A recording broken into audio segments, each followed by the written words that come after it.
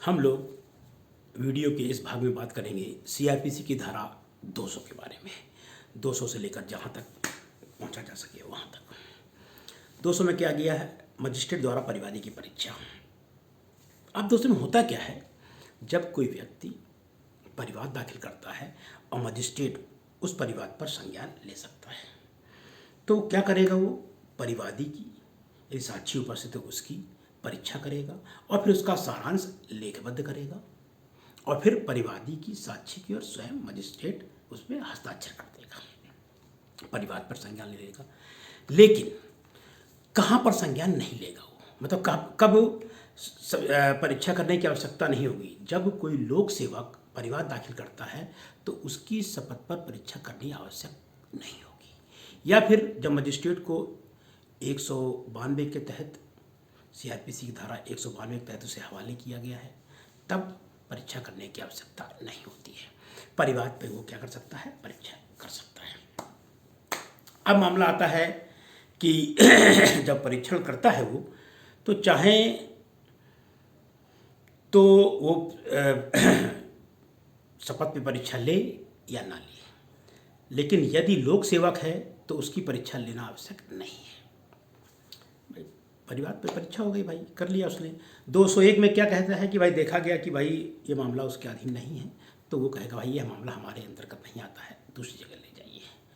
और फिर 202 में उसको मुलतवी करना। जब देखता है कि उस पर संज्ञान ले सकता है तो यह तो खुद संज्ञान ले लेगा, या 156(3) के तहत वो पुलिस अधिकारी को इन्वेस्टिगेशन के लिए आदेश दे देगा। दो प्रक्रिया अपनाएगा, जब खुद संज्ञान ले सकता है या फिर मजिस्ट्रेट के किसी अन्य मजिस्ट्रेट द्वारा उसका की जांच करा सकता है, या फिर उसको मुलतवी कर सकता है, रोक सकता है और स्वयं जांच कर सकता है, या अन्य मजिस्ट्रेट, यहाँ अन्य मजिस्ट्रेट का नाम नहीं दिया है क्योंकि तो वहाँ पर कार्यपालक मजिस्ट्रेट से भी को वो जांच का आदेश दे सकता है। लेकिन ये जांच बहुत हल्की होती है, हल्की प्रकृति की होती है। अब जांच के बाद जब जांच कर लेगा, लेकिन किसकी जांच नहीं करेगा, कब वो इसको स्वीकार नहीं करेगा, अन्वेषण का आदेश कब नहीं देगा? कब? जब मामला देखने के बाद पता क्या चलता है कि मामला सेशन न्यायालय द्वारा विचारणीय है, या फिर न्यायालय ने परिवाद दाखिल नहीं किया है और ऐसे व्यक्ति की जिसकी परिवाद दाखिल किया गया है उसकी और साक्षी की शपथ परीक्षा नहीं हुई है, तब वो उसको आगे नहीं बढ़ाएगा। फिर वो चाहता है तो शपथ में परीक्षा कर सकता है और आगे बढ़ा सकता है। लोक सेवक नहीं है तो, यदि लोक सेवक है तो उसकी परीक्षा नहीं करेगा, अन्य की है शपथ पर परीक्षा करने के बाद ही मामले को आगे बढ़ाएगा। ये मामला है 202 का। अब 203 में क्या है? जांच भी कर ली, देख भी लिया और मामला नहीं बन रहा है, खारिज। क्या करेगा? खारिज कर देगा। जब परिवाद खारिज कर देगा तो परिवादी के पास क्या रास्ता है? तो परिवादी क्या करेगा? वो 397 के तहत डीजी के पास जाएगा कि साहब देखो हमारा परिवाद खारिज कर दिया, और डीजी साहब क्या करेंगे? वो सीजीएम के पास भेज देंगे कि इसकी भाई जांच कर लीजिए। वो ये कर सकते हैं, मतलब परिवादी के पास ये रास्ता रहता है कि वो कहाँ करे, इसकी अपील कहाँ कर देगा? 397 के तहत डीजी के यहाँ कर देगा। अब जांच करने के बाद पता लगा कि नहीं मामला तो बन रहा है, तो 304 में क्या है? आदेश का जारी कर देगा। आदेश का में क्या क्या करेगा भाई? समन मामला है तो समन, और वारंट मामला है तो वारंट मामला, और अपने अधीनस्थ है तो बाहर है तो जिस प्रकार से जाता है वो कर देगा, ये कर देगा। 204(2) में क्या कहा? वारंट या समन तब तक जारी नहीं कर देगा जब तक कि अभियोजन परिवादी ने साक्षियों की सूची प्रस्तुत नहीं कर दी है। ठीक है। 204(3) में क्या कहा गया कि भाई जब समन वारंट जारी करेगा तो आदेश का के परिवाद की एक प्रति भी भेज देगा। और 4 में ये कह दिया गया कि भाई देखो, यदि कोई फीस इसमें विहित है, 5 रुपये 7 रुपये जो होती है वो है, और वो फीस जमा परिवादी ने नहीं जमा की तो परिवाद खारिज हो जाएगा, ये जान लीजिएगा। और आदेश का जारी करने में 87 के अंतर्गत कोई बात नहीं आएगी। 87 क्या?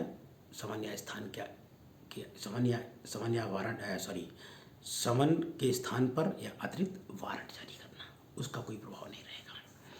205 क्या कहती है? समन मामले में अभियुक्त को क्या किया जाएगा? उपस्थित होने से अभिमुक्ति। अब 205 में क्या कर दिया गया?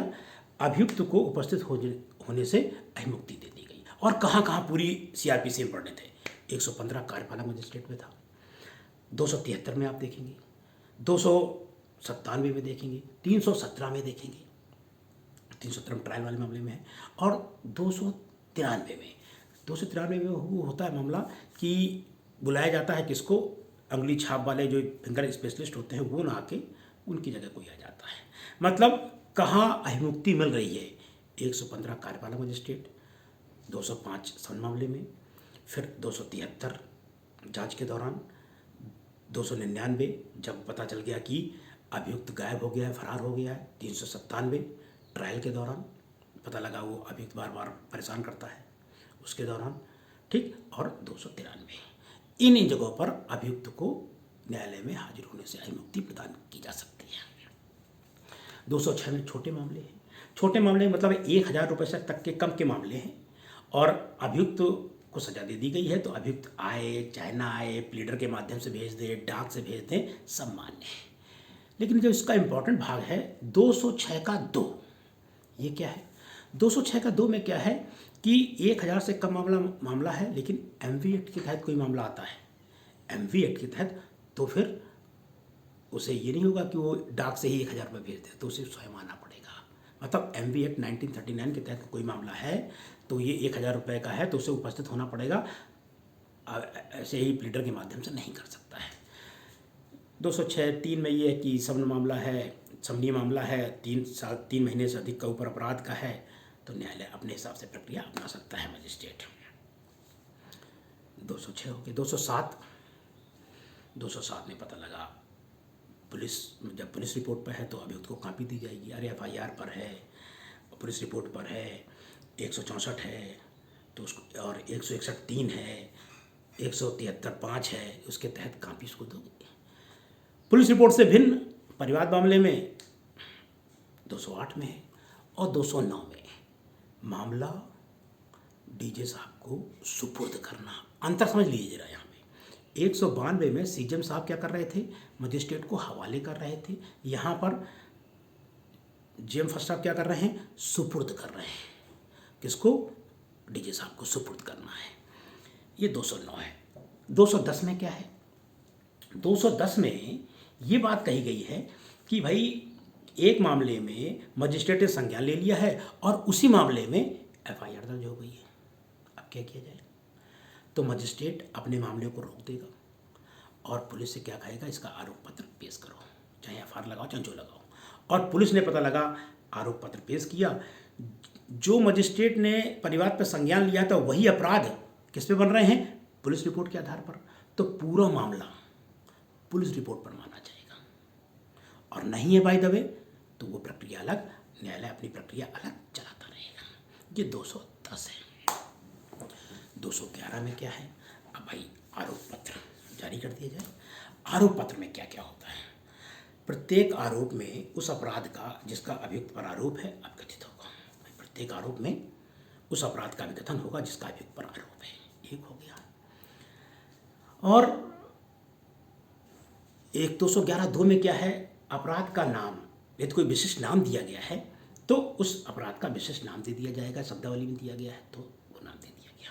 विशिष्ट नाम नहीं दिया गया है तो अपराध की इतनी परिभाषा जिससे कि अभियुक्त को समझ में आ जाए कि उस पर आरोप क्या है। 211(3) हो गया। 211(4) में क्या है? विधि की धारा जिस पर जो अपराध किया गया है उस पर आरोप में नाम होगा। 4 हो गया। 5 आरोप लगा दिया गया है, मतलब कि आरोप से संबंधित अपेक्षाएं सारी पूरी हो गई हैं। उदाहरण, उस पर 302 का आरोप लगा है, इसका मतलब है 299 और 300 के जो 5 अपवाद हैं वो नहीं है, मतलब 302 ही है, वो आपराधिक मानवाधिकार में नहीं है। पूरा आरोप न्यायालय की भाषा में लिखा जाएगा। और कुछ अपराध ऐसे होते हैं कि एक बार किया गया इतनी सजा, दूसरी बार किया गया इतनी सजा, तो पता लगा ऐसा अपराध है कि पता लगा कि ये दोबारा उसने क्या रखा है, तो उसके बारे में विवरण दे दिया जाएगा। ये पूरा मामला आता है आरोप में। क्या हो गया? आरोप, फिर से मैं पॉइंट बोल दूँ, इंपॉर्टेंट है, मेंस में आता है। आरोप में क्या होगा? प्रत्येक आरोप में उस अपराध का नाम होगा जिस पर अभियुक्त का आरोप है। ठीक, उसमें आरोप अपराध से संबंधित कोई भी परिभाषा है, नाम है, वो पूरा नाम दिया गया है। यदि अपराध से संबंधित कोई नाम नहीं विशिष्ट रूप से दिया गया है शब्दावली में, तो इतनी परिभाषा जिससे कि अभियुक्त को समझ में आ जाए। विधि विधि की धारा जिसमें अभियुक्त पर आरोप है, आरोप में वर्णित होगा। 4 हो गए। 5 में पता लगा आरोप लगा दिया गया है, जिसका मतलब है आरोप से संबंधित सभी अपेक्षाएं पूरी हो गई हैं। 6 आरोप न्यायालय की भाषा में लिखा जाएगा। और 7 पूर्व सिद्धि यदि कोई है तो उसके बारे में आवश्यक है तो नोट कर दिया जाएगा। ये 211 में। 212 में समय स्थान व्यक्ति का पूरा विवरण दे दिया जाएगा कि भाई ये है। 213 अपराध की रीति का वर्णित करनी होगी। रीत का मतलब क्या है कि भाई किसी आदमी के यहाँ चोरी हो गई तो थाने में जाएगा तो क्या बताएगा, साहब हमारे यहाँ चोरी हो गई। तो पुलिस वाले पूछे कैसे चोरी हो गई। अब जब घर में था ही नहीं वो तो कैसे बताएगा, सर ताला टूटा था तो चोरी हो गई। तो यहाँ पर अपराध की रीति वर्णित करना अनिवार्य नहीं है। रीत का वर्णित करना अनिवार्य है। साहब हमारे साथ छल हो गया। छल कैसे होगा, 2 लोग आए, उन्होंने कहा पैसा दुगना कर देंगे और हमने ये दिया और फिर एक ने टप्पेबाजी कर दी तो इस तरह करके पैसा लेके चले गए। तो यदि छल हुआ है तो छल किस प्रकार हुआ है इसकी रीति वर्णित करनी होगी। 213 में, 4 में, 14 में अपराध के बारे में है, जो आरोप लगेगा उसी के तहत है। 15 में गलतियों का तात्विक प्रभाव, कौन सी गलती तात्विक है कौन सी नहीं है। 215 में ध्यान रखिए, इसमें बहुत सारे दृष्टांत है। लास्ट के 2 हैदरबख्श और कामबख्श वाले जरूर पढ़ लीजिएगा। सारे दृष्टांत देख लीजिएगा। लास्ट के 2 हैदरबख्श और कामबख्श वाले हैं, वो बहुत आते हैं, तो उसको आपको देखना है कौन सी गलती तात्विक है कौन सी नहीं है। 216 मुख्य परीक्षा का है। न्यायालय आरोप में कब परिवर्तन कर सकता है। न्यायालय आरोप में कब परिवर्तन कर सकता है। तो न्यायालय निर्णय से पहले कभी भी आरोप में परिवर्तन कर सकता है। ठीक, जब आरोप में परिवर्तन करेगा तो अभियुक्त को, जब न्यायालय आरोप में परिवर्तन या परिवर्धन करेगा तो अभियुक्त को उसको पढ़ के सुनाएगा। परिवर्तन का मतलब है कोई आरोप लगा है तो उसी में परिवर्तन किया गया है। परिवर्धन का मतलब है एक नूतन नया आरोप, ये होता है। ठीक, अब यदि न्यायालय ने आरोप लगाया है, कोई ऐसा आरोप लगाया गया है न्यायालय की राय में, अभियुक्त को अपनी प्रतिरक्षा करने में, अभियोजन को अपने संचालन में कोई प्रतिकूल प्रभाव पड़ने वाला नहीं है, तो माना जाएगा कि प्रारंभ से ही आरोप में परिवर्तन कर दिया गया है। लेकिन यदि आरोप में परिवर्तन या परिवर्धन ऐसा है कि न्यायालय की राय में अभियुक्त को अपनी प्रतिरक्षा करने में, अभियोजन को अपने संचालन में प्रतिकूल प्रभाव पड़ने वाला है, तो उसको उतने समय के लिए रोक देगा। 4 हो गया ये। 5 में क्या है, 216(5) में, 216(5) में ये है कि पता लगा आरोप में परिवर्तन या परिवर्धन ऐसा है कि वहाँ पे पता लगा लोक सेवक की अनुमति लेनी आवश्यक है, तब तक रोक दिया जाएगा जब तक कि अनुमति प्राप्त नहीं कर ली जाती, तब तक। मतलब 216 में 5 पॉइंट दिए गए हैं। क्या फिर से मैं बोल रहा हूँ, न्यायालय आरोप में कब परिवर्तन कर सकता है, तो कभी भी निर्णय से पहले। अब 1 में क्या कहा गया है कि जब आरोप में परिवर्तन या परिवर्धन किया जाएगा तो क्या किया जाएगा, अभियुक्त को पढ़ के सुनाया जाएगा। 2 में क्या कहा गया है, जरा गलती उसकी ना होने पाए। हाँ, 1 में क्या है, क्रम गलत हो रहा था। 1 में क्या है, न्यायालय कभी भी परिवर्तन या परिवर्तन कर सकता है निर्णय से पहले। 216 एक ही हो गया। 216(2) में क्या है कि जब परिवर्तन या परिवर्धन करेगा तो अभियुक्त को पढ़ के सुनाएगा। 2 हो गए। 216(2). 216(3) में क्या कहा गया कि यदि परिवर्तन और परिवर्धन ऐसा है कि न्यायालय की राय में अभियुक्त को अपनी प्रतिरक्षा करने में और अभियोजन को अपने संचालन में प्रतिकूल प्रभाव पड़ने वाला नहीं है, तो ऐसे माना जाएगा प्रारंभ से ही हो गया। ये 3 हो गया। 4 में क्या है, यदि परिवर्तन या परिवर्धन ऐसा है कि न्यायालय की राय में कि अभियुक्त को अपनी प्रतिरक्षा करने में, अभियोजन को अपने संचालन करने में प्रतिकूल प्रभाव पड़ने वाला है, तो मामले को रोक दिया जाएगा। और 216(5) क्या है, 216(5) है कि परिवर्तन या परिवर्धन ऐसा है कि लोक सेवक की अनुमति अनिवार्य है उसके लिए, आगे बढ़ाने के लिए, तो जब तक लोक सेवक की अनुमति नहीं मिल जाती तब तक के लिए। यहाँ परिवर्तन और परिवर्धन का अर्थ बता दें। परिवर्तन का मतलब है जो आरोप लगा था उसी में परिवर्तन किया जा रहा है। परिवर्धन का मतलब है नूतन आरोप। अब जब अलग ही लगा ही दिया गया तो 217 में क्या है, भाई साक्ष्यों की पुनः परीक्षा कर लीजिए, बुलाओ परीक्षा करने के लिए। भाई जब आरोप बदल गया है तो साक्ष्यों को फिर से बुलाना पड़ेगा ना। 217 है। 18 में प्रत्येक अपराध का पृथक आरोप होगा अप्रत्यक्ष आरोप का पृथक विचारण होगा। लेकिन अभियुक्त लिख के दे सकता है कि साहब हमारा एक साथ कर दो, तो 219, 20, 21 और 23 वाले मामले हैं जो एक साथ किए जा सकते हैं। ये है 218। मतलब 218 कहती क्या है? प्रत्येक अपराध का पृथक आरोप होगा और पृथक आरोप का पृथक विचारण होगा। लेकिन अभियुक्त लिख के देता है कि एक साथ कर दिया जाए और एक साथ किए जा सकते हैं, तो उसे कर दिया जाएगा। 219 क्या कहती है? 219 ये कहती है एक साल के अंदर एक ही जैसे अपराध किए गए हैं तो उनका एक साथ विचारण किया जा सकता है। अब खासकर मजिस्ट्रेट मामले में होता है, पता लगा एक पहली चोरी 1 जनवरी में कानपुर में की थी, एक घाटमपुर में की थी, एक सरसौर में की थी। एक ही जैसे अपराध, मतलब एक ही जैसे का अपराध मतलब ये होता है जिनमें सजा एक बराबर हो, चोरी तीनों ही है, तो उनको कंबाइन किया जा सकता है। 20 क्या कहती है? एक से अधिक अपराधों का संयुक्त रूप से विचारण। जब अनुकल्पता एक साथ है, उसमें फिर खूब लिस्ट दी गई है, 220 की लिस्ट 1, 2 की नहीं दी गई है, 3 की दी गई, 4 की है। अब ऐसे कर दो, अब एक पुलिस वाला लेके जा रहा है, तो अभियुक्त तो छुड़ाया तो उन्होंने पुलिस को मारा। अभियुक्त तो छुड़ा रहे हो पुलिस से तो 225 और पुलिस को मार रहे हो तो 323। दोनों आरोप लगाए जा सकते हैं, विचारण किए जा सकते हैं। या कह सकते हो कि पुलिस को मारा भी और हाथ भी दिखाया था तुमने, हाथ दिखाया तो बहुत मारेंगे, मतलब हमला 352 भी 323 भी दोनों लग जाएंगे, तो दोनों लगाए जा सकते हैं, विचारण किए जा सकते हैं। ये कहती है 220। 221 ये कहती है कि पता लगा कि उस पर कौन सा अपराध लगाया गया है और जो अपराध लगाया गया था वो नहीं किया बल्कि दूसरा किया है, तो चल जाएगा। मतलब क्या है यार, इसने चोरी की होगी या तो अपराधी न्यासभंग किया होगा या पता लगा छल किया होगा, तो पता लगा छल किया था, छल के लिए दंड दिया गया, कोई दिक्कत नहीं है 221 में। और क्या है, पता लगा इल्जाम लगाया गया चोरी का, आरोप तो उस पर न्यासभंग का था ही नहीं, लेकिन बाद में पता चला कि ये तो न्यासभंग किया था इसने। भले ही न्यासभंग का आरोप न लगाया गया हो, न्यासभंग की सजा दी जा सकती है। ये कहती है 221। 222 क्या कहती है? 222 की एक हेडिंग पढ़े दे रहे हैं, थोड़ा सा हेडिंग दिमाग से निकल जाती है। 222 ये कहती है जब वह अपराध जो साबित हुआ है आरोपित अपराध के अंतर्गत है। मतलब उस पर लगा था 302 लगा था, आरोप 302 का लगा था, लेकिन साबित क्या हुआ 304 अपराधी मानववाद का। उस पर तो आरोप ही नहीं लगा था, तो क्या किया जा सकता है? उससे छोटा अपराध है ना, भले ही आरोप ना लगा हो तो उसे 304 के अंतर्गत दोषी किया जा सकता है। लगा था हत्या 302 का, लेकिन पता चला 302 नहीं था, 307 था, प्रयत्न था, या मतलब प्रयत्न का आरोप लगाया जा सकता है। मतलब कहने का मतलब ये आरोप जो आरोपित जो साबित किया जा सकता है आरोपित अपराध के अंतर्गत है। मतलब भले ही 302 नहीं लगा था तो 304 के अंतर्गत दोषी साबित किया जा सकता है, उसे छोटा दंड है, उसे दिया जा सकता है, भले ही आरोप पत्र में उस आरोप का नाम ना हो। ये 22 कहती है। 23 क्या कहती है? कौन से अपराध संयुक्त रूप से लगाए जा सकते हैं? ये क्वेश्चन 323 काफ़ी बार मेंस में आया है।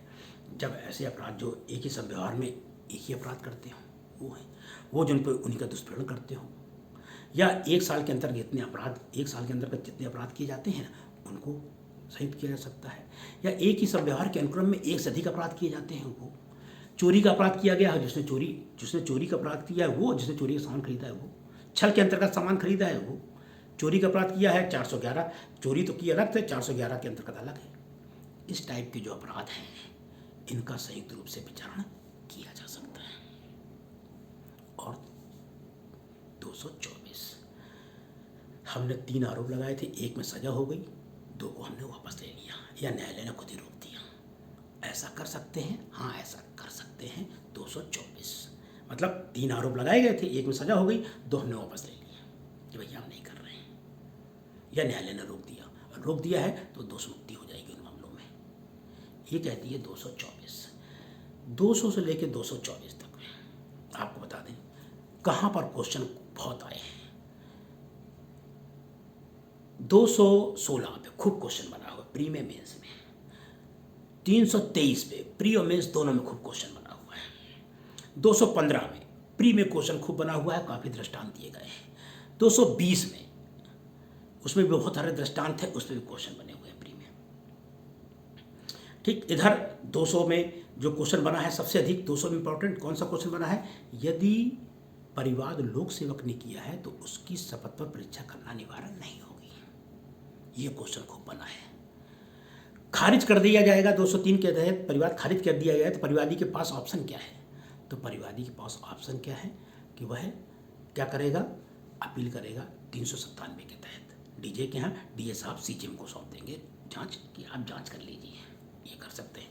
और क्या क्वेश्चन बना है, और बना है गलती तात्विक है कि नहीं, 215 और 313 कब अपराध की रीति वर्णित करनी होगी, उनके बारे में पूरी जानकारी मांग ली जाती है वो प्री में। तो इस तरह करके इस चैप्टर में, और खासकर 209 में एक क्वेश्चन बना कि सुपुर्द किसके तहत किया जाता है वो, और मेंस में 210 क्या मामले का न्याय मजिस्ट्रेट ने संज्ञान ले लिया है, उसी मामले में एफआईआर दर्ज हो गई है। जब जैसे ही मजिस्ट्रेट को पता चलता है कि इसी मामले में एफआईआर दर्ज हो गई है तो अपने मामले को रोक देगा और आदेश देगा कि इसका आरोप पत्र पेश करिए, आप आरोप पत्र या भार जो भी पेश करना है। और जब पेश किया जाता है तो जो मजिस्ट्रेट ने संज्ञान लिया था वही मामला था, और न्यायालय पुलिस ने भी जो पुलिस रिपोर्ट आई उसमें भी वही मामला था, तो पूरा मामला पुलिस रिपोर्ट पे माना जाएगा। ये क्वेश्चन बहुत आया हुआ है। इस तरह करके कंबाइन करके आपको पढ़ना होता है। मैंने इस वीडियो में 200 से लेकर 224 तक के बारे में पूरी तरह समेटने की कोशिश की है। 218 पढ़ लिए है, 19 है, 20 है, ये बहुत मतलब 218 से लेके 24 तक तो ऐसे लगते हैं लोगों को, क्रिटिकल लगते हैं कि यार क्या किया जाए क्या ना किया जाए, तो कोडिंग करके याद करेंगे इसको। इस भाग में इतना ही रखेंगे। ये वीडियो आपको कैसा लगा देखें और आगे बढ़ें।